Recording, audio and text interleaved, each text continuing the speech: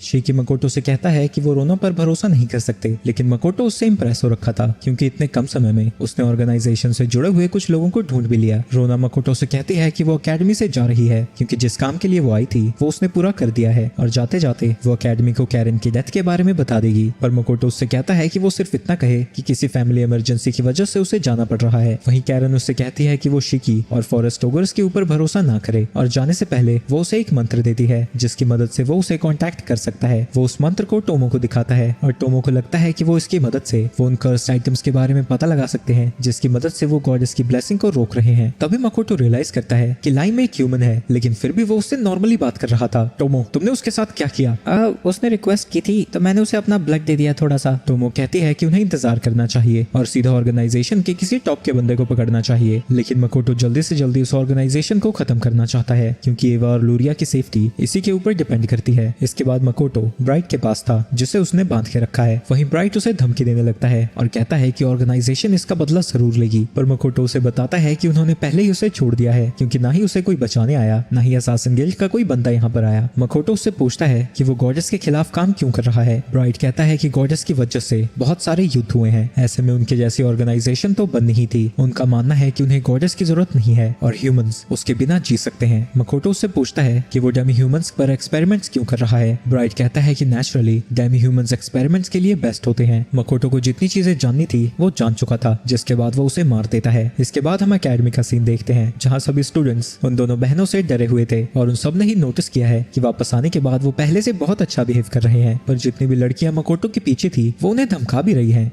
वहीं इलुम इलुम बुलाते हैं इसको। वहीं इलुम की तबीयत थोड़ी ठीक नहीं थी क्योंकि अब उसे उस मेडिसिन की आदत लग गई है। मकोटो के स्टूडेंट्स बात कर रहे थे कि कैरन अकेडमी को छोड़कर जा चुकी है, तो वो दोनों बहनें अब उनके साथ मिलकर लिजर्ड मैन से लड़ेंगी। वो जानते हैं कि मिस्टर ब्लू उनसे कहीं ज्यादा ताकतवर है, तो वो उससे लड़ने के लिए स्ट्रेटजी बनाने लगते हैं। लेकिन उनकी नेक्स्ट फाइट के लिए मकोटो एक और लिजर्ड मैन को ले आता है जिसकी वजह से उनका सारा प्लान धरा का धरा रह जाता है। वहीं इस बार भी वो सभी स्टूडेंट्स बड़ी आसानी से हार जाते हैं। स्टूडेंट्स मकोटो से कहते हैं कि गर्मियों की छुट्टियों के वक्त भी वो उन्हें पढ़ाए। मकोटो रैम्ब्रांड सिस्टर से पूछता है कि क्या वो भी यहाँ पर रहना चाहती हैं क्योंकि उनका फादर उन्हें वापस बुला रहा है, लेकिन वो दोनों भी उससे सीखना चाहती थी। अगर ये दोनों घर नहीं गई तो बेचारे रैम्ब्रांड का क्या होगा। और वो शिकी से अपने स्केड्यूल के बारे में पूछता है, पर शिकी कहता है कि हफ्ते में एक बार वो उन्हें सिखा सकते हैं। गधे, ये नहीं बोलना था। लेकिन जब वो उन स्टूडेंट्स के चेहरे देखता है वो उन्हें ट्रेनिंग देने के लिए मान जाता है, लेकिन वो शिफू और यूनो से कहता है कि आधी समर ब्रेक के बाद उन्हें अपने घर जाना होगा, जिसके लिए वो मान जाती है। इसके कुछ समय बाद वो सब अब मिस्टर ब्लू से बेहतर तरीके से लड़ने लगे हैं और शिकी उनकी तारीफ करता है और उन्हें हील करके कहता है कि वो फिर से उससे लड़ना शुरू करें। वहीं ब्लू अब अपनी ताकत बढ़ा देता है और उनसे लड़ने लगता है। वो अपनी पूंछ से जिन को हराकर बाकी के स्टूडेंट्स को जमा देता है। दूसरी तरफ साई से बाकी के बच्चे लड़ रहे हैं। मित्रा उसके अटैक को ब्लॉक करता हुआ शिफू से कहता है कि वो इस छिपकली पर हमला करे, लेकिन इसकी वजह से उसे गुस्सा आ जाता है और वो गुस्से में सभी को बुरी तरह से पीटने लगती है और एक एक करके सबके पिछवाड़े सुझा देती है। जाई के आउट ऑफ कंट्रोल जाने के लिए वो सभी स्टूडेंट से माफी मांगता है। वहीं सभी स्टूडेंट्स कंफ्यूज हो रखे थे कि वो अचानक से ही इतनी ताकतवर कैसे हो गई, तो मकोटो उन्हें बताता है कि वो अब तक सिर्फ अपनी 1/10 पावर का ही यूज कर रही थी, जो सुन के वो सभी लोग हैरान हो जाते हैं और वो जाई के साथ एक और बार फाइट करना चाहते थे। शाम को मकोटो उन सभी को खाना खिलाकर वहाँ से भेज देता है। वहीं शिकी ने उन सब से कहा है कि वो मॉन्स्टर से लड़कर अपने लेवल को बढ़ाएं और इसके लिए उसने एक अच्छी लोकेशन भी बता दी है। इसके बाद वो काफी सारे मॉन्स्टर्स को हरा देते हैं और उनका लेवल 8 से बढ़ जाता है। वहीं एलिया शिकी के पैर में गिर चुकी है और वो उसकी दूसरी या फिर तीसरी बीवी तक बनने को तैयार है। अगले दिन स्टूडेंट्स के सामने एक डेमी ड्रैगन आ जाता है। एबेलिया उन्हें बताती है कि उन्हें 10 पार्टी मेंबर्स चाहिए जिनका लेवल 90 या उससे ऊपर हो, तभी वो उससे लड़ पाएंगे और उसकी कमजोरी आइस है। लेकिन उन सबका लेवल 80 भी नहीं पहुंचा था, पर फिर भी वो उससे लड़ने जाते हैं। लेकिन जब वो ड्रैगन चिल्लाता है डर के मारे वो हिल भी नहीं पाते। लेकिन तभी वहाँ पर एरिस आ जाती है और पेड़ की लताओं से उसे पकड़ लेती है। एबेलिया को लगता है कि वो बहुत छोटी है, तभी एरिस उसके पैर पर मारती है और कहती है कि वो छोटी बच्ची नहीं है। और एबेलिया और भी ज्यादा कंफ्यूज हो जाती है क्योंकि वो तो उसने मन में सोचा था। इसके बाद वो सभी स्टूडेंट्स की थोड़ी थोड़ी बेइज्जती करती है और उस ड्रैगन को उठाकर पानी में फेंक देती है और अपने आइस अटैक से उस ड्रैगन को हरा देती है। और इतनी सारी तबाही मचाने के बाद वो वहाँ से गायब हो जाती है। मकोटो लूटो के पास जाता है और उससे पूछता है कि वो एक ही बार में और भी ज्यादा माना यूज कैसे कर सकता है, जो सुन के वो हैरान हो जाता है क्योंकि मकोटो के पास उससे कहीं ज्यादा माना है और वैसे भी कोई भी माना को इंक्रीज नहीं कर सकता। पर मकोटो उसे बताता है कि उसका माना इंक्रीज हो रहा है। ये सुन के लूटो उसे वॉर्न करता है अगर ऑर्गेनाइजेशन को इसके बारे में पता लगा तो वो उसके ऊपर एक्सपेरिमेंट करना शुरू कर देंगे। इसके बाद लूटो उससे पूछता है कि वो अपने माना को कैसे बढ़ा रहा है। नहीं, ज्यादा कुछ नहीं, बस मैं बो प्रैक्टिस करता हूँ। इसके बाद लूटो उसे एक ट्रेनिंग मैनुअल देता है। आगे वो ईवा के पास जाता है है जो कि उसे एक बुक देती है जो कि माना के ऊपर ही है। वहीं गर्मियों की छुट्टियों में मकोटो डेमी प्लेन में वापस जाता है जहाँ उसका समय बड़ी जल्दी बीत जाता है। ऐसे ही 2 हफ्ते बीत जाते हैं। एमा उसे बताती है कि आज उसकी 2 विंकिन के साथ मॉक बैटल है। वो पहले ही ऑर्क और बाकी सबसे लड़ चुके हैं और उन्हें कई बार हरा भी चुके हैं, लेकिन एमा कहती है कि उनका एडवांटेज उड़ने की वजह से है। कुछ समय बाद ऑर्क उनसे नहीं हारेंगे। इसके बाद वो उन विंकिन से लड़ने पहुंच जाता है। तो इन्हें कैसे हराऊं? चलो सबसे पहले फायरबॉल से हमला करता हूँ और उसके बाद देखी जाएगी। लेकिन उसके फायरबॉल से ही वो सभी हार जाते हैं। जिसके बाद उनकी सेकंड वेव आती है। वो खुद को बादलों के पीछे छुपा लेते हैं, लेकिन अपने काई की मदद से उसे उनकी लोकेशन का पता लग जाता है और वो उन्हें भी बड़ी ही आसानी से हरा देता है। एमा तो कह रही थी ये स्ट्रॉन्ग है, पर ये तो बस टारगेट प्रैक्टिस हो रही है मेरी। तभी उन विंकिन्स का चीफ वहां पर आ जाता है जिसका नाम काकुन है और वो अपने लेफ्टिनेंट शोना के ऊपर बैठा हुआ था। और मकोटो को याद आता है कि विंकिन खुद को ट्रांसफॉर्म कर सकते हैं। वो अपने पहले वाले अटैक का उनके ऊपर यूज करता है और इस बार वो ये देखकर खुश था कि वो उसके एक ही अटैक से हार नहीं गए। इसके बाद वो विन एनहांसमेंट का यूज करने लगते हैं और सीधा मकोटो की तरफ जाते हैं, पर वो शोना की चोंची पकड़ लेता है और उसे जमीन पे पटक देता है। काकुन उसके ऊपर अटैक करने की कोशिश करता है, लेकिन वो उसके अटैक को डिफ्लेक्ट करके उसके ऊपर एक वार्निंग शॉट फायर करता है जो देखकर डर के मारे वो भी सरेंडर कर देता है। सुनो भाई नन्हे पंछियों, तुम उड़ने पर कुछ ज्यादा ही डिपेंड करते हो। तुम्हें नए अटैक पैटर्न्स डेवलप करने होंगे, वरना बाकी स्पीशीज भी जल्दी तुम्हें हरा देंगी। काकिन मकोटो से कहता है कि वो उसे डेमी प्लेन रैंकिंग में हिस्सा लेने दे और साथ ही जो बाकी लोग कंस्ट्रक्ट कर रहे हैं वो उसमें भी मदद करना चाहते हैं। रैंकिंग में कोई भी हिस्सा ले सकता है, लेकिन डेवलपिंग में तुम मदद नहीं कर सकते क्योंकि तुम्हारी कॉम्बैट एबिलिटीज उसके लिए सूटेबल नहीं है। रात को मकोटो लूटो की ट्रेनिंग मेथड के बारे में पढ़ रहा था, लेकिन वो इतना ज्यादा कंफ्यूजिंग था कि बेचारे का भेजा फ्राई हो जाता है। इसके बाद वो प्रैक्टिस करने के लिए बाहर निकल जाता है और इंस्ट्रक्शंस को फॉलो करता हुआ ट्रेनिंग शुरू कर देता है। वो मैजिक बॉल्स को फायर करता हुआ अपने माना को रिलीज करता रहता है। तभी उसे कुछ अजीब सा फील होने लगता है और जब उसकी आंखें खुलती है सुबह हो चुकी थी। इसके बाद वो घर में वापस जाते हैं जहाँ मियो ने उसके लिए बहुत अच्छा खाना बनाया था। तो वो उसका कुछ खाना लेने की कोशिश करती है, लेकिन मियो उसे रोक देती है। इसके बाद कई दिन बीत जाते हैं और अब मकोटो अपने शरीर के बाहर का माना भी यूज कर सकता है। तो वो अपनी ट्रेनिंग को जारी रखता है। साथ ही जो बुक उसे ईवा ने दी थी उसमें उसे एक मंत्र मिला है जिससे शायद वो अपने माना को मटेरियलाइज कर पाएगा। तो वो अपनी कंसीलिंग काई का यूज करके अपने माना को छुपा लेता है और उसी मंत्र को पढ़ने लगता है, जिसकी वजह से उसका माना एक फिजिकल फॉर्म में आ जाता है। वो इस माना की ताकत को देखना चाहता था और सीधा जाकर एक पेड़ से टकरा जाता है। इसकी वजह से पेड़ के 2 टुकड़े हो जाते हैं और मकोटो को कुछ भी नहीं हुआ था। वहीं वो इस माना के साथ रैपिड फायर भी कर सकता था और अब उसे लगने लगता है कि इस माना की मदद से उसे किसी भी लड़ाई में जरा भी चोट नहीं आएगी। अगले दिन टोमो मकोटो को बताती है कि सभी स्पीशीज उसे दिखाना चाहते हैं कि वो कितना ज्यादा इंप्रूव हो गए हैं और ऐसा करने के लिए उसने जमीन से एक बड़ा सा पत्थर निकाला है और शिकी ने उसके ऊपर एक मैजिक कास्ट किया है जो कि उन सभी की पावर्स को दिखाएगी। सबसे पहले ऑक्स की बारी थी। एमा उस ऑर्क को एनहांस कर देती है और वो उस चट्टान पर अटैक कर देता है जिससे उन्हें 78 पॉइंट्स मिलते हैं। अगली बारी मिस्ट लिजर्ड्स की थी, लेकिन सबसे पहले वो आसमान में हमला करते हैं जो देख के मकोटो कंफ्यूज हो जाता है। तो टोमो उसे बताती है कि वो विंकिन को दिखा रहे हैं कि अब वो आसमान में उनसे सेफ नहीं है। जिसके बाद वो उस चट्टान पर अटैक करते हैं और उन्हें 68 पॉइंट्स मिलते हैं। एल्डर डॉर्फ्स को 70 पॉइंट्स मिलते हैं, वहीं एल्की को 65 पॉइंट्स मिलते हैं, पर गॉर्गन्स को 0 पॉइंट्स मिलते हैं क्योंकि उनकी आंखों का उस चट्टान के ऊपर कोई असर नहीं होता। इसके बाद विंकिन की बारी थी। वो आसमान से उस चट्टान के ऊपर अटैक करते हैं। उनका निशाना तो पक्का था, पर वो काफी कमजोर थे और उन्हें सिर्फ 20 पॉइंट्स मिलते हैं। एरिस और एक्वा फॉरेस्ट ओगर्स को रिप्रेजेंट करने आते हैं और वो बोल्डर के ऊपर अपने आइस से अटैक करते हैं और सभी से कहते हैं कि वो उसे तोड़ कर दिखाएं, लेकिन कोई भी उनकी आइस को तोड़ नहीं पाता। टोमो को लगता है कि वो बैरियर परफेक्ट है, लेकिन तभी मकोटो को उसकी एक कमजोरी दिखती है और वो अपनी पावर्स का यूज करके उसके अंदर पहुंच जाता है, जो देखकर वो दोनों ही हैरान हो जाती हैं। जिसके बाद मकोटो उस बैरियर को हटा देता है और उनका स्कोर 50 आता है। मकोटो भी इसे ट्राई करना चाहती थी, तो वो एक हीरो सूट बनाती है जैसा उसने मकोटो की मेमोरी में देखा था, लेकिन उस चट्टान से उसे एक भी पॉइंट नहीं मिलता। इसके बाद आखिर में शिकी की बारी थी और वो अपनी स्टाफ को एक स्वॉर्ड में कन्वर्ट कर लेता है। टोमो बताती है कि डॉर्फ ने उसके लिए ये बनाया है और इस तलवार का नाम ड्रैगन स्लेयर है। वो उस तलवार से चट्टान के ऊपर अटैक कर देता है और इसकी वजह से वो आधे में कट जाता है। मकोटो उसकी तारीफ करता है और वो भी उन्हें कुछ नया दिखाना चाहता था। ये देख के सभी लोग एक्साइटेड हो जाते हैं। वो अपनी माना को रिलीज करने लगता है, पर इसकी वजह से सभी लोगों की डर के मारे बुरी हालत थी। जिसके बाद वो अपने माना को फिजिकल फॉर्म में कन्वर्ट कर देता है, जो देखकर सभी लोग हैरान हो जाते हैं और शिकी उसे माना मैटर कह के बुलाता है। इसके बाद मकोटो उस चट्टान को पंच करता है, जिसकी वजह से उसके चीथड़े उड़ जाते हैं। तो मेरी नई स्किल के बारे में तुम्हारा क्या ख्याल है? लेकिन वो लोग इतने ज्यादा हैरान थे कि वो कुछ बोल ही नहीं पाते। किसी और जगह पर एक वुल्फ और बेयर मकोटो की पावर्स को देखकर हैरान थे और सोच में पड़ जाते हैं कि कहीं वो उनके लिए खतरा तो नहीं बनने वाला। टोमो मकोटो को बताती है कि ऑक्स के ऊपर एक बेयर और वुल्फ ने हमला कर दिया है। मकोटो को लगता है कि शायद ये भी बदलते मौसम की वजह से हो रहा है, तो वो एक ऐसी जगह पर मिस्ट केज खोलना चाहता है जिससे यहाँ का मौसम थोड़ा स्टेबल हो सके। वहीं मियो तो सीधा बेयर को पकाने के बारे में सोच रही थी, पर मकोटो उसे रुकने को कहता है और उनसे बात करने के लिए जंगल में चला जाता है। उसके सामने एक बेर आ जाता है तो वो अपने रेड सूट की मदद से बड़ी ही तेजी से उसके पीछे आ जाता है, पर उसके ऊपर अटैक करने की जगह वो उसे गले लगा लेता है, जिसकी वजह से बेर कंफ्यूज हो जाता है। वो मकोटो के ऊपर हमला तो करता है पर वो अपने मानव मटेरियल की मदद से उसके हर हमले से बच जाता है और एक हल्के हाथ के मुक्के से उसे बेहोश कर देता है। तभी उसके सामने एक वुल्फ का झुंड आ जाता है। वो उसके ऊपर अटैक करने लगते हैं लेकिन वो भी उसका कुछ नहीं बिगाड़ पाते। मकोटो बिगड़ते वेदर के लिए उनसे माफी मांगता है। मैं प्रॉमिस करता हूँ मैं तुम्हारे जंगलों में दोबारा नहीं आऊंगा और मैं तुम्हारी मदद भी करना चाहता हूँ। ये सुन के वुल्फ्स कंफ्यूज हो जाते हैं क्योंकि मकोटो अपना इलाका उनके साथ शेयर करना चाहता था, जबकि वो इतना ज्यादा ताकतवर है। मैं तो बस शांति से जीना चाहता हूँ और मैं चाहता हूँ कि तुम जंगलों को प्रोटेक्ट करना जारी रखो। एक बड़ा सा बेर उनके सामने आ जाता है और अपना इंट्रोडक्शन ब्राउनी नाम से देता है। वो मकोटो के ऑफर को एक्सेप्ट कर लेता है, लेकिन वुल्फ श्योर नहीं था कि जो आसमान में है वो इसे एक्सेप्ट करेगा या फिर नहीं। लेकिन वो फिर भी इस डील को आगे बढ़ाते हैं और मकोटो उस जंगल का नाम वुल्फ वुड्स रखता है। इसके बाद मकोटो और कोमोई को डांट लगा रहा था क्योंकि जो भी फल उन्हें दिखते थे वो बार बार उन्हें तोड़ ही देते हैं। लेकिन तभी एक बड़ा सा पक्षी उनके सामने आ जाता है। उसे वुल्फ्स ने मकोटो के बारे में बता दिया था और वो यहाँ पर अपना इंट्रोडक्शन देने आया है। वो अपने साइज को छोटा कर लेता है और बताता है कि उसका नाम बोल्डर बर्ड है और वो स्काइज और माउंटेन्स का रूलर है। वो मकोटो के लिए आसमान की सुरक्षा करना चाहता है। वहीं मकोटो रॉक बर्ड्स के बारे में जानता था। तभी वो बर्ड कहता है कि वो रॉक नाम लेना चाहता है, जिसके बाद वो खुशी खुशी वहाँ से चला जाता है। इसके बाद हमें बेलिया और जिन को देखते हैं जो कि डिनर पर गए थे, जहाँ जिन उसे बताता है कि वो शिकी के साथ काम कर रहा है। जिन समर ब्रेक के खत्म होने से पहले उस डेमी ड्रैगन को हराना चाहता है और अबेलिया को लगता है कि वो ऐसा कर सकते हैं। वो बात करते हैं कि कैसे एकेडमी ने उन्हें ढूंढकर स्कॉलरशिप दी थी, लेकिन मकोटो से मिलने से पहले वो जरा भी प्रोग्रेस नहीं कर रहे थे। जिन उससे पूछता है कि गर्मियों की छुट्टियों में भी वो घर वापस क्यों नहीं जा रही है। अबेलिया उसे बताती है कि उसके पास कोई जगह नहीं है, उसकी मॉम की पहले ही मौत हो गई है। जिन एक मिरांडा नाम की लड़की के बारे में बात करता है जो कि उसके गांव में ही रहती थी और उससे ताकतवर थी। वो एक अनाथ थी जिसे जबरदस्ती मॉन्स्टर से लड़ने के लिए भेज दिया जाता था और वो उसका पहला प्यार था, इसलिए उसने उसकी मदद करना शुरू कर दिया। लेकिन एक दिन उन्हें फॉरबिडन फॉरेस्ट को इन्वेस्टिगेट करने का ऑर्डर मिला, जहां उन्हें एक मेज की वर्कशॉप मिली। उसके अंदर एक मॉन्स्टर उनके ऊपर हमला कर देता है। उसे देखकर जिन बहुत ज्यादा डर जाता है, लेकिन मिरांडा उसके ऊपर हमला करने लगती है और पागलों की तरह उससे लड़ते हुए उसे हरा भी देती है, जिसकी वजह से जिन उसे मॉन्स्टर कह के बुलाता है। जो सुन के मिरांडा उसे छोड़कर चली जाती है। वो अपनी कमजोरी के लिए खुद को माफ नहीं कर पाया, इसलिए वो अपनी स्किल्स को इम्प्रूव करता गया और एकेडमी को ज्वाइन किया। वो मिरांडा जितना ताकतवर बनना चाहता है ताकि वो उससे माफी मांग सके। एरिस मकोटो को बताती है कि वो स्टूडेंट्स उसको बिना बताए डेमी ड्रैगन से लड़ना चाहते हैं, पर शिकी को लगता है कि वो इतने ताकतवर हैं कि वो उसे हरा सके। पर एरिस उन्हें बताती है कि वहाँ पर एक ड्रैगन्स का झुंड है, तो मकोटो खुद उन्हें हराना चाहता है और वो एक ड्रैगन स्टूडेंट्स के लिए छोड़ देगा। पर इससे पहले शिकी उस जगह को इन्वेस्टिगेट करना चाहता था। जंगल में उसे सीक्रेट ट्रेजर ऑफ एलिसियन मिलता है जिसका नाम सेप्टर ऑफ ड्रैगन्स है। नेशन के तबाह होने पर खबर थी कि ये खो गया है। वो तुरंत ही मकोटो को कांटेक्ट करता है जिसे भी एक सेप्टर ऑफ ड्रैगन मिला था। शिकी को लगता है कि किसी ने एक रिचुअल को परफॉर्म किया है सीक्रेट ट्रेजर को एक्टिवेट करने के लिए और इसीलिए ड्रैगन्स को यहाँ पर समन किया गया है। शिन को लगता है कि ये डीमंस का काम है। वही मकोटो उन ड्रैगन्स के झुंड के पास पहुंच जाता है। वो उन स्टूडेंट्स के लिए एक ड्रैगन को ट्रांसफर कर देता है और खुद उनके बीचों बीच कूद जाता है। ड्रैगन्स अपनी फायर ब्रेथ से उसके ऊपर हमला करते हैं, लेकिन उस पर जरा भी असर नहीं होता। वो उन सभी ड्रैगन्स को हरा देता है और उनका मीट मियो के लिए ले जाता है। दूसरी तरफ शिकी को काफी सारे डीमंस दिखते हैं जो कि डीमन लॉर्ड को पसंद नहीं करते थे, लेकिन कुछ डीमंस सीक्रेट ट्रेजर के साथ भाग गए तो उसे कोई काम की इन्फॉर्मेशन नहीं मिलती। दूसरी तरफ सभी स्टूडेंट्स डेमी ड्रैगन से लड़ने के लिए पहुंच जाते हैं। वो ड्रैगन उनके ऊपर अटैक कर देता है, लेकिन वो उसके फायर को बैरियर से ब्लॉक कर देते हैं और मित्रा अपनी स्वॉर्ड में उसके फायर को अब्सॉर्ब करने लगता है, जिसके बाद डायना खुद को बूस्ट करके उस ड्रैगन के ऊपर अटैक कर देता है। एक एक करके सभी स्टूडेंट्स उसके ऊपर हमला करने लगते हैं और अबेलिया अपने एरो से उसके चेहरे में छेद कर देती है। वो ड्रैगन को एक बैरियर के अंदर कैद कर लेते हैं और शिफू उसके ऊपर अटैक कर देती है। जब सारा धुआं शांत होता है वो ये देख के खुश थे कि उन्होंने ड्रैगन को हरा दिया था, लेकिन जिन जानता है कि अगर उसे मिरांडा को ढूंढना है तो उसे और भी ज्यादा ताकतवर बनना होगा। दूसरी तरफ हम सोफिया और लांसर को देखते हैं उसी मेज वर्कशॉप में जिसके बारे में जिन बात कर रहा था। हमें पता चलता है कि सोफिया असल में मिरांडा है और ये वर्कशॉप लूटो की थी। वो जिन के बारे में सोचती है, लेकिन तभी वो खुद को याद दिलाती है कि अब वो मिरांडा नहीं है। मिरांडा को असल में लूटो नहीं बनाया था।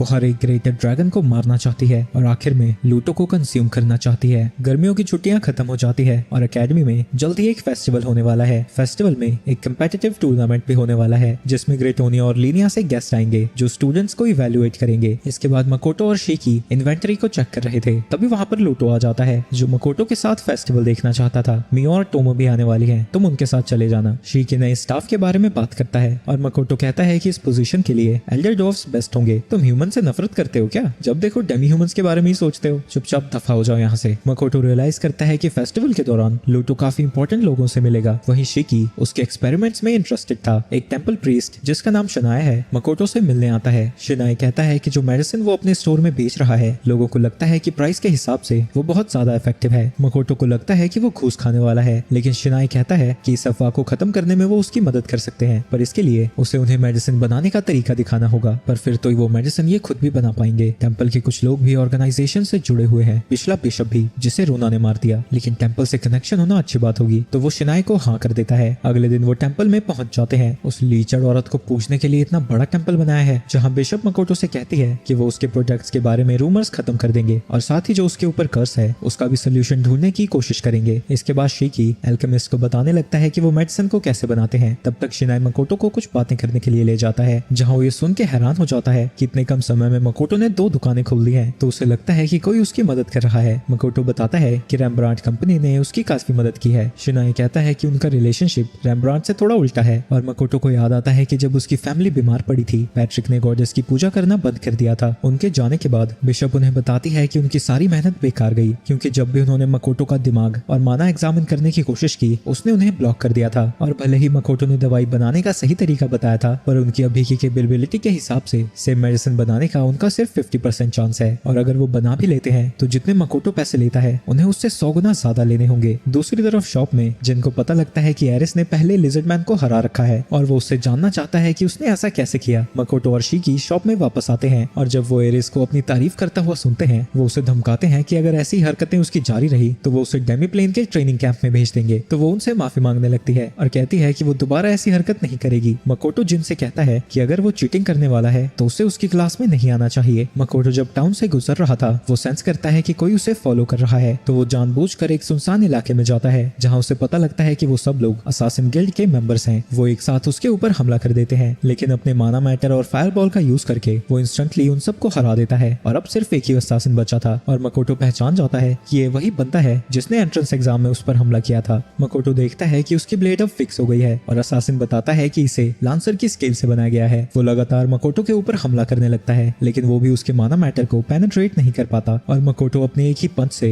उसे हरा देता है। इन सब से मकोटो परेशान हो जाता है और अपने दिमाग को शांत करने के लिए डेमीप्लेन में आर्चरी प्रैक्टिस करने लगता है। तभी वहाँ पर टोमो आती है और बताती है कि क्लाइमेट की प्रॉब्लम को सॉल्व करने के लिए उसे एक अच्छा तरीका मिला है। वो उसे एक ऐसा एरिया दिखाती है जहाँ पर मिस्ट गेट खोलने से डेमीप्लेन का वेदर बिल्कुल जापान जैसा हो जाएगा, लेकिन वो इलाका डीमंस का है और वहीं पास में ही उनका एक फोर्ट्रेस है। टोमो उन्हें खत्म करने की मकोटो से परमिशन मांगती है, लेकिन ऐसा करने पर वो उनके दुश्मन बन जाते, तो मकोटो इस बारे में थोड़ा सोचना चाहता है। वहीं फेस्टिवल शुरू हो जाता है और मकोटो की दुकान के बाहर कस्टमर्स की लाइन लगी पड़ी है, और शिकी ने लाइम और एल्डर डॉफ्स को बाहर लाइन को मेंटेन करने के लिए भेज दिया है ताकि बाकी की शॉप्स को परेशानी ना हो। मकोटो सेल्स के बारे में पूछता है और शिकी बताता है कि उन्होंने पूरे दिन का कोटा अभी कुछ घंटों में ही लगभग खत्म कर दिया है, क्योंकि दूसरे शहर से भी एडवेंचरर्स उनके पास आए हैं। रात को सभी लोग डिनर करने के लिए गोतेत्सु में जाते हैं, और हम देखते हैं कि भीड़ को मैनेज करने के लिए लूरिया भी उनकी मदद कर रही है। दूसरी तरफ लिनिया और लॉरल के रिप्रेजेंटेटिव्स मिलते हैं। लॉरल की रिप्रेजेंटेटिव सुरेत्सु अपनी प्रीस्टेस को वापस मांगती है, पर लिनिया का किंग कहता है कि चिया खुद ही हिबिकी की मदद करना चाहती थी। सुरेत्सु कहती है कि वो चिया को खतरे में डाल रहे हैं। अगर ऐसा है तो लॉरल अपनी फोर्स को भेज दे, वो उसे सेफ रखेगा। सुरेत्सु वहाँ से जाने लगती है और कहती है कि चिया को रिप्लेस नहीं किया जा सकता, और उसे उम्मीद है कि फेस्टिवल के खत्म होने तक उनके बीच में एक अग्रीमेंट हो जाएगा। दूसरी तरफ मकोटो और बाकी लोग एंजॉय कर रहे थे। वही हम देखते हैं कि लिली छुपकर उन्हें देख रही थी, और उनकी पागलों वाली हरकतों को देखकर उसका दिमाग खराब होने लगता है। फेस्टिवल के दूसरे दिन स्टूडेंट्स को उनके मैनर्स के ऊपर जज किया जाता है। मकोटो पैट्रिक और उसकी वाइफ लीसा से मिलता है, जो कि मकोटो की मदद के लिए उसका शुक्रिया अदा करती है। इसके बाद सुरेत्सु मकोटो से मिलने आती है और वो देखता है कि उसके बॉडीगार्ड्स डीमंस हैं। क्या ये जानती है कि वो डीमंस हैं? वो रियलाइज करती है कि सुरेत्सु उसके बारे में जानती है, क्योंकि वो ये देखकर सरप्राइज नहीं थी कि वो बोल नहीं सकता। वो उसे बताती है कि वो लॉरल की ऑफिशियल है और उसका काम प्रीस्टेस और कोमोरो का ध्यान रखना है। वो उससे पूछती है कि क्या वो उन दोनों के बारे में जानता है। मकोटो उसे बताता है कि उनकी प्रीस्टेस उनके लोगों की स्पिरिचुअल लीडर होती है, वहीं कोमोरो प्रीस्टेस बनने का एक कैंडिडेट होता है। तुम कह रहे हो कि तुम्हें लॉरल के बारे में ज्यादा कुछ नहीं पता, लेकिन फिर भी तुम ऐसी चीजें यूज कर रहे हो जो कि हमारा सीक्रेट है। ये सुन के मकोटो कंफ्यूज हो जाता है और वो उसे बताती है कि उसके शॉप पे जो साइन है उसमें 2 कैरेक्टर्स उनकी सेज स्क्रिप्ट से हैं। सिर्फ कुछ ही लॉरल के लोग हैं जो कि इसके बारे में जानते हैं। क्या तुम भी एक सेज हो? मकोटो कहता है कि वो इतना समझदार नहीं कि वो खुद को सेज बुलाए। सेज से मेरा मतलब कोई समझदार इंसान नहीं था। सेज हम दूर से आए हुए लोगों को कहते हैं जिनके पास नॉलेज का भंडार होता है। ये सुन के मकोटो समझ जाता है कि वो दूसरी दूसरी दुनिया से आए हुए लोगों की बात कर रही है। सारित्सु उससे कहती है कि वो सेजेस को प्रोटेक्शन ऑफर करते हैं और वो उसे अपने नेशन में इनवाइट करती है, पर मकोटो कहता है कि अगर उसे कोई सेज मिला तो वो उसे उनकी कंट्री में भेज देगा। लगता है तुम हम पर भरोसा नहीं करते। हमें लगता है कि जो 2 हीरोज हैं वो भी सेजेस हैं। तुम्हें क्या लगता है? पर मकोटो कहता है कि वो उनके बारे में कुछ नहीं जानता। इसके बाद सारित्सु लिली से मिलती है, जो ये देखकर हैरान थी कि लॉरल कुजुनोहा ट्रेडिंग कंपनी से बात कर रही है। टोमोकी टोमो से ऑब्सेस हो रखा है, मुझे कुजुनोहा का कुछ तो करना ही पड़ेगा। वो सारित्सु से पूछती है कि वो कुजुनोहा से क्यों मिलने गई थी, तो सारित्सु बताती है कि जो मेडिसिन वो बनाता है वो उसमें इंटरेस्टेड है। लिली कहती है कि वो भी मकोटो से मेडिसिन खरीदना चाहती है। अगर ऐसी बात है तो मैं तुम्हारे लिए खरीद कर ले आऊंगी। ये सुन के लिली समझ जाती है कि वो नहीं चाहती कि वो भी कुजुनोहा से मिले। लिली कहती है कि ग्रेटोनिया गन पाउडर के बारे में और जानना चाहता है। लिली को पता है कि सारित्सु उसके साथ काफी सावधान रहती है, लेकिन शायद गलती से वो उसे कोई इंपॉर्टेंट इन्फॉर्मेशन दे देगी। साथ ही जो उसके गार्ड्स हैं उसे टोमोकी ने चार्म कर दिया है, तो बाकी का काम वो संभाल लेंगे। मकोटो पैट्रिक से बात कर रहा था, लेकिन तभी वहाँ पर इलम आ जाता है, लेकिन मकोटो को वो याद भी नहीं था, तो वो उससे माफी मांगता है और कहता है कि वो उससे बाद में बात करेगा। पर इलम कहता है कि वो उसे माफ नहीं करेगा और उसके सभी स्टूडेंट्स को टूर्नामेंट में धूल चटा देगा। शिक्यू उसे याद दिलाता है कि जब वो शहर में आए थे सबसे पहले उन्हीं चूजों से मिले थे। वो तीनों स्ट्रॉस बाहर निकालती है ये डिसाइड करने के लिए कि उनमें से कौन मकोटो के साथ चलेगा, और इसमें लूटो जीत जाता है, जिसकी वजह से वो दोनों ही गुस्से से आग बबूला थी। इसके बाद वो फेस्टिवल की जगह पर पहुंच जाते हैं, जहाँ लूटो बाहर लिली को देखता है और वो कहता है कि उसे कुछ काम याद आ गया, लेकिन सबको पता है कि वो झूठ बोल रहा है। आगे वो रेम्ब्रांट सिस्टर से मिलते हैं, जो कहती हैं कि उनके फादर ने उन्हें बताया है कि टोमो और मियो वो पिलर्स हैं जो मकोटो को सपोर्ट करती हैं। चलो अच्छा हुआ इन्होंने हमें शिकी के साथ नहीं जोड़ दिया। ये सुन के सभी स्टूडेंट्स हैरान हो जाते हैं, तो मकोटो उन्हें बताता है कि ये दोनों शिकी से कहीं ज्यादा ताकतवर हैं। आगे मकोटो इलम के बारे में पूछता है, तो शिकी उसे बताता है कि वो अभी यहाँ पर नहीं आया है, वो लिनिया का एक नोबल है और होपली इसका सेकंड सन। इसके बाद वो स्टूडेंट्स को बताता है कि टूर्नामेंट के दौरान इलम उन्हें टारगेट करने वाला है, और भले ही ऐसा उसकी वजह से होगा पर वो उनकी मदद नहीं करेगा। पर स्टूडेंट्स को यकीन है कि वो उसे हैंडल कर लेंगे। उनका कॉन्फिडेंस देखकर मकोटो खुश हो जाता है, पर वो साथ ही उनके ऊपर रिस्ट्रिक्शन भी लगाना चाहता है ताकि उनके मैचेस इंटरेस्टिंग हो सके। शिकी कहता है कि मकोटो ने उनके ऊपर लिमिट्स इसलिए लगाई हैं ताकि वो ज्यादा केयरफुल हो। लिली लूटो से मिलती है और उससे पूछती है कि क्या एडवेंचर गिल्ड मकोटो का साथ दे रहा है, पर वो कहता है कि एडवेंचरर्स गिल्ड किसी के भी साथ नहीं है। लिली उसे बताती है कि उसका हीरो टोमो को अपना बनाना चाहता है, तो अगर वो उससे लड़ेगी तो क्या वो उससे जीत पाएगी। लूटो उसे सीधा ही मना कर देता है और कहता है कि कुजुनोहा ट्रेडिंग कंपनी से लड़ना ऐसा है जैसे डीमन की आर्मी से लड़ना। आगे वो उससे पूछती है कि पहले उसने उनकी मदद क्यों की थी। तुम्हें इसका जल्दी पता लग जाएगा। अभी तुम्हें अपने हीरो के लिए एक आइडियल दुनिया बनाने पर फोकस करना चाहिए। दूसरी तरफ नोबल्स मकोटो को ठिकाने लगाने के लिए अलग अलग प्लान बना रहे हैं, लेकिन मकोटो उनकी हर चाल को नाकामयाब कर देता है। अगले दिन पैट्रिक मकोटो को बताता है कि उसे मर्चेंट गिल्ड्स में बुलाया गया है, पर क्योंकि उनका रिप्रेजेंटेटिव उसका पुराना दोस्त है तो वो मकोटो की जगह खुद जा रहा है। इसके बाद टूर्नामेंट शुरू होने वाला था, पर मकोटो देखता है कि उसके सभी स्टूडेंट्स को आपस में ही भिड़ाया जा रहा है, यानी जितना उसने सोचा था होपली उसकी पावर उससे कहीं ज्यादा है। सबसे पहला मैच डायना और यूनो का होता है, जिसमें थोड़ी देर में ही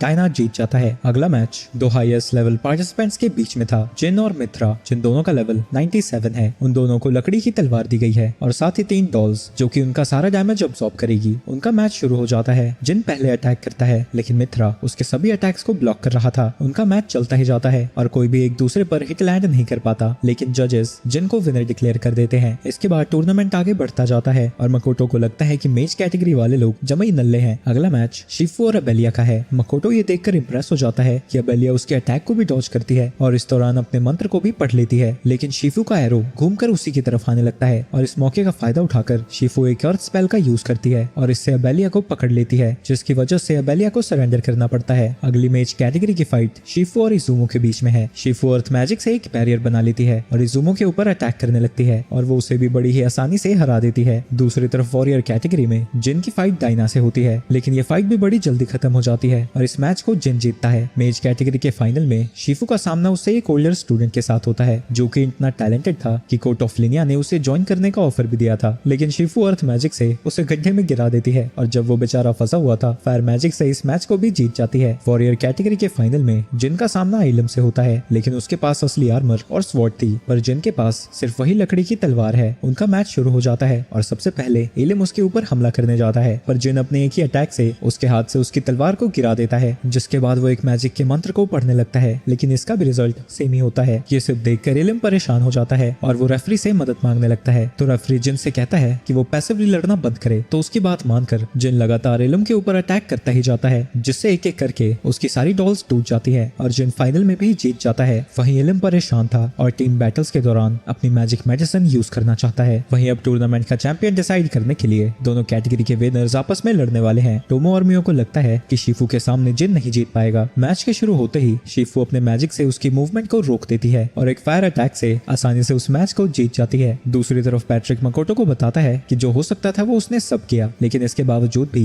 मर्चेंट गिल्ड मकोटो से मिलना चाहते हैं क्योंकि सारी नेशंस उसकी कंपनी में इंटरेस्टेड है। अगले दिन स्टूडेंट्स को पता लगता है कि मकोटो उनकी टीम बैटल मैचेस को नहीं देख पाएगा। आगे जिन बताता है कि रूल्स में बदलाव किए गए हैं तो पार्टी के टोटल लेवल 365 से ऊपर नहीं जा सकता, यानी उनमें से सिर्फ 3 लोग ही हिस्सा ले सकते हैं। लेकिन वो 3 स्टूडेंट्स भी अपने अपोनेंट के सामने बड़ी ही आसानी से जीत रहे थे, जो देखकर लिली को लगता है कि मकोटो बहुत अच्छा टीचर है और वो किसी और नेशन को मकोटो को लेने नहीं दे सकती। दूसरी तरफ मर्चेंट गिल्ड में मकोटो ज़ारा हार्डेस से मिलता है, जो कि रॉड्सगार्ड मर्चेंट्स गिल्ड का लीडर है, जिसे कुजुनोहा ट्रेडिंग कंपनी को इन्वेस्टिगेट करने का काम दिया है क्योंकि उनकी कंपनी के बारे में रूमर्स हैं कि उन्हें डीमन से मदद मिल रही है। मकोटो कहता है कि ऐसा कुछ भी नहीं है। ज़ारा को उस पर यकीन है क्योंकि टेंपल ने भी यही कहा है, लेकिन उसे लगता है कि मेन प्रॉब्लम उसके डिस्ट्रीब्यूशन में है क्योंकि उनके मटेरियल्स तो खरीदने का रिकॉर्ड है पर ट्रांसपोर्टेशन का कोई भी रिकॉर्ड नहीं है। और वो मकोटो से पूछता है कि वो मटेरियल्स को ट्रांसपोर्ट कैसे कर रहा है। मकोटो उसे डेमी प्लेन के बारे में नहीं बता सकता था, तो वो कहता है कि वो वही रोड्स यूज करते हैं जो कि बाकी के मर्चेंट्स करते हैं, पर उनके नाम पे कोई रिकॉर्ड इसलिए नहीं है क्योंकि वो रेम्ब्रांड कंपनी के कार्ड्स को बोरो करते हैं। पर ज़ारा उसे कुछ डॉक्यूमेंट्स दिखाता है जिसमें साफ साफ लिखा था कि जो मटेरियल्स वो खरीद रहा है और जो मटेरियल उसके प्रोडक्ट्स में है वो बिल्कुल अलग है। मकोटो कहता है कि अगर उनकी इन्वेस्टिगेशन के बारे में उसे पहले पता होता तो वो जरूर कोऑपरेट करता, लेकिन ज़ारा कहता है कि वो इनोसेंट है या फिर नहीं ये गिल्ड डिसाइड करेगा और उसे अपने डिस्ट्रीब्यूशन के तरीके को शेयर करना होगा। मकोटो को लगता है कि वो उससे पैसे ऐंठने की कोशिश कर रहा है और पूछता है कि क्या पैसों से सब सॉल्व हो जाएगा। इससे तो सिर्फ ये बात कंफर्म होती है कि तुम अपना ट्रांसपोर्टेशन का तरीका छुपा रहे हो। मुझे लगा था कि तुम काफी अच्छे मर्चेंट होगे क्योंकि तुम पैट्रिक के साथ काम कर रहे हो, पर लगता है मैं गलत था। तुम यहाँ पर सिर्फ अपने लक की वजह से पहुंचे हो। तुम्हें अपने मंथली प्रॉफिट का हमें 90% देना होगा क्योंकि जिन कंपनीज ने तुम्हारे खिलाफ कंप्लेंट की है वो तुमसे कहीं ज्यादा पैसे कमाती हैं, तो वो मुट्ठी भर गोल्ड कॉइन से शांत नहीं होने वाले। मकोटो उससे कहता है कि वो कोई ऐसी डिमांड करे जो कि थोड़ी रीजनेबल हो। तुम्हारे शॉप पर काफी सारे डेमी ह्यूमंस काम करते हैं ना, तुम उन्हें क्यों नहीं बेच देते? या फिर तुम शहर के बाहर अपनी दुकान लगाओ, तब कोई कंप्लेन नहीं करेगा। और अगर तुमने इस मैटर को वायलेंस के जरिए सॉल्व करने की कोशिश की तो तुम्हें डीमंस का साथी घोषित कर दिया जाएगा। तुम अपनी शॉप को बंद करो और सीज वापस चले जाओ। मकोटो को अब भी डिस्ट्रीब्यूशन का तरीका बताना पड़ता है। वो कहता है कि वो अपने एक फॉलोअर का टेलीपोर्टेशन गेट यूज करता है, लेकिन डेमी प्लेन के बारे में कुछ भी नहीं बताता। जब बाकी के लोगों को इसके बारे में पता लगता है मियो गुस्से से पागल होने लगती है, पर टोमो उसे शांत रहने को कहती है क्योंकि ये सब कुछ बिजनेस का हिस्सा है। टोमो और शिकी को लगता है कि अब उन्हें डीमंस के साथ मिल जाना चाहिए। मियो भी कहती है कि उसे किसी को भी सर्व करने की कोई जरूरत नहीं है। मकोटो कहता है कि वो पहले से ही उनसे बात करना चाहता था क्योंकि जो टोमो ने एरिया दिखाया था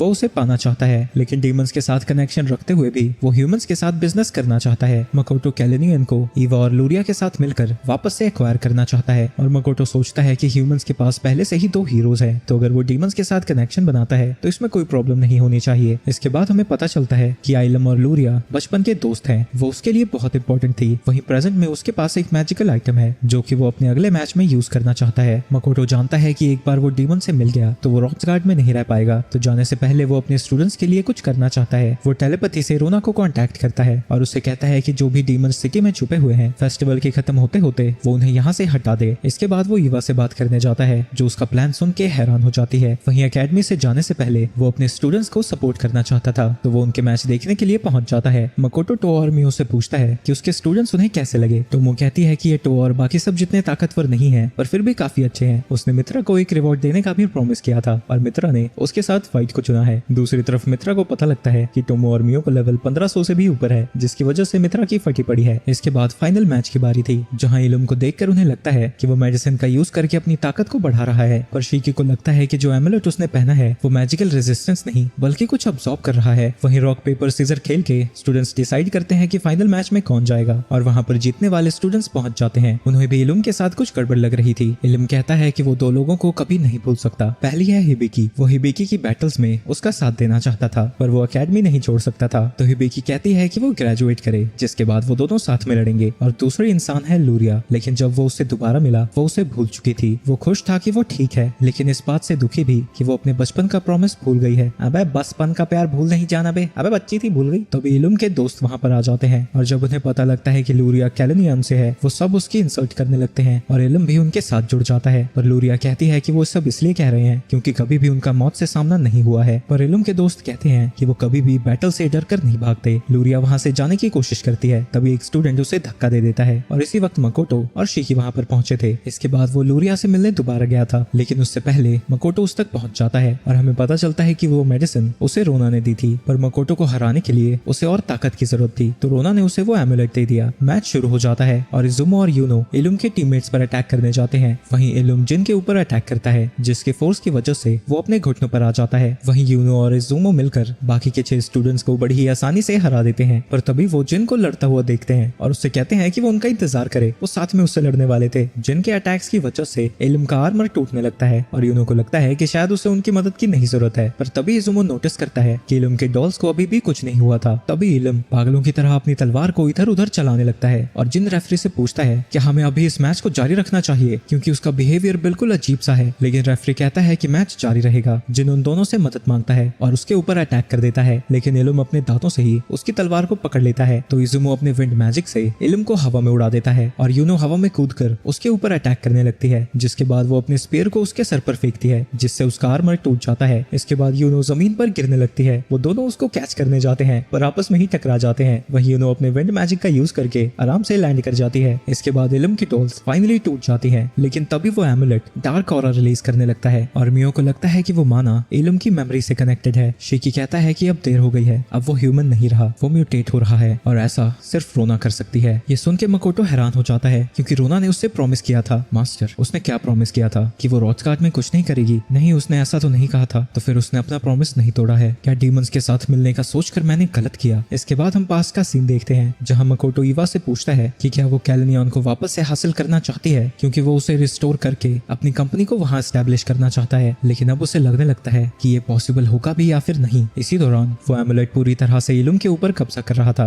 वहीं रोना बड़ी खुश थी क्योंकि उसने नहीं सोचा था कि उसे किंग और लिली एक साथ मिल जाएंगे और उसे लगता है कि अगर मकोटो डीमंस के साथ कनेक्शन बनाना चाहता है तो वो इस चीज को पूरी तरह से इग्नोर करेगा। वहीं इलम सोच रहा था कि वो बस लूरिया से माफी मांगना चाहता था। इलम थोड़ी देर में ही एक मॉन्स्टर में बदल जाता है। वहीं इलम की ही तरह सिटी के काफी सारे लोग उसी तरह का माना रिलीज कर रहे थे।